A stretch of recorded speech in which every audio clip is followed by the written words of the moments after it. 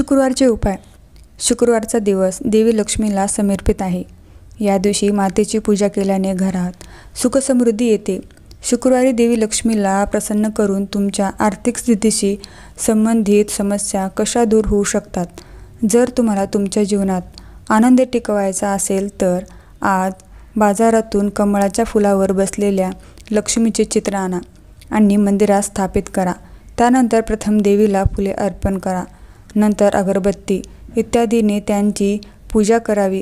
जर तुम्हाला तुमचे सौभाग्य वाढवायचे असेल तर आज 1 रुपयाचे नाणे घेऊन तुमच्या मंदिरात देवी लक्ष्मीसमोर ठेवा. आता सर्वप्रथम देवी लक्ष्मीची योग्य प्रकारे पूजा करा.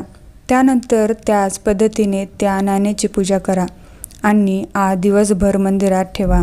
दुसऱ्या दिवशी ते नाणे उचलून लाल कपड्यात बांधून ठेवा. आरोग्य चांगले ठेवायचे असेल तर आजच्या दिवशी लक्ष्मीच्या मंदिरात शंख अर्पण करावा. तसेच मातेला तूप आणि मखाना अर्पण करावा आणि हात जोडून तिच्या आरोग्यासाठी प्रार्थना करावी. जर तुम्हाला तुमची संपत्ती वाढवायची असेल तर आज एक लहान मातीचे भांडे घ्या आणि त्यात तांदूळ भरा.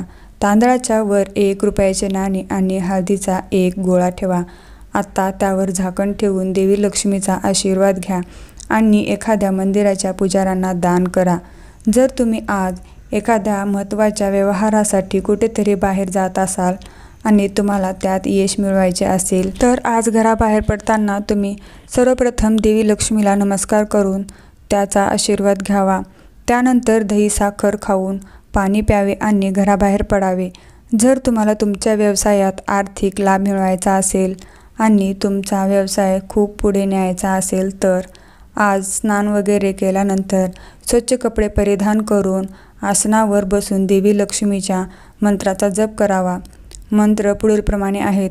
ओम श्रीं ह्रीं श्रीं कमले कमलालये प्रसिद्धं श्रीं ह्रीं श्रीं लक्ष्मीये नमः या मंत्राचा किमान 11 वेळा जप करावा.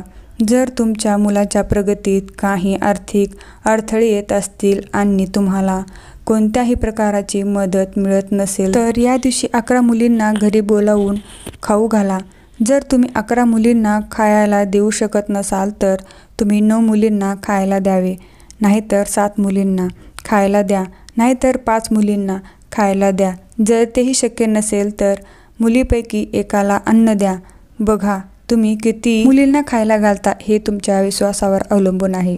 जेवण झाल्यावर मुलीच्या पायाला स्पर्श करून आशीर्वाद घ्यायला विसरू नका.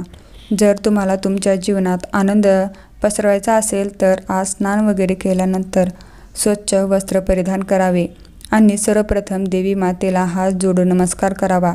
नंतर ती फुले आपल्या उजव्या हातात घेऊन मातेच्या समोर ठेवा आणि त्या फुलावर मातीच्या दिव्यात तूप टाका आणि कापसाच्या वातीने ज्योत प्रज्वलित करा. तसे देवीला लाल चुनरी अर्पण करा.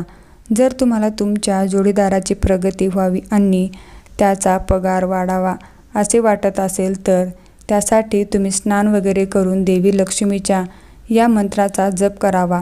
मंत्र खालीलप्रमाणे आहेत. श्रीं ह्रीं श्रीं या मंत्राचा किमान 1 जपमाळ म्हणजे 108 वेळा जप करावा. जर तुम्हाला जीवनात चांगल्या स्थितीत उभे करायचे असेल तर आजच देवी लक्ष्मीला केशराचा टिळक लावा. तसेच दूध तांदळाची खीर बनवून ती मातेला अर्पण करावी. नंतर खीर लहान मुलामध्ये प्रसाद म्हणून वाटून घ्या आणि थोडासा प्रसाद स्वतः खा. जर तुमची इच्छा असेल की तुमच्या घराची तिजोरी नेहमी पैशांनी भरलेली असावी आणि तुमच्यावर देवी लक्ष्मीची कृपा असावी तर त्यासाठी आंघोळीनंतर एका भांड्यात थोडी हळद घेऊन ती पाण्यात मिसळली पाहिजे.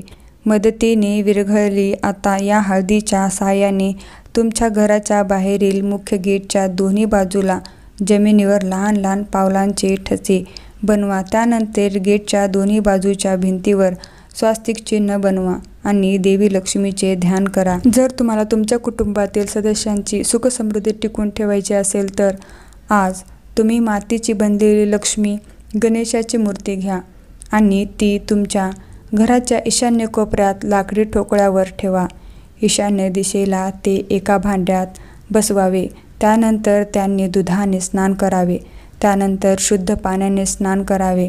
नंतर त्या मूर्त्या भांड्यातून काढून कपड्याने पुसून आपल्या मंदिरात स्थापित करा आणि त्या भांड्यातील पाणी आणि दूध घरभर शिंपडा.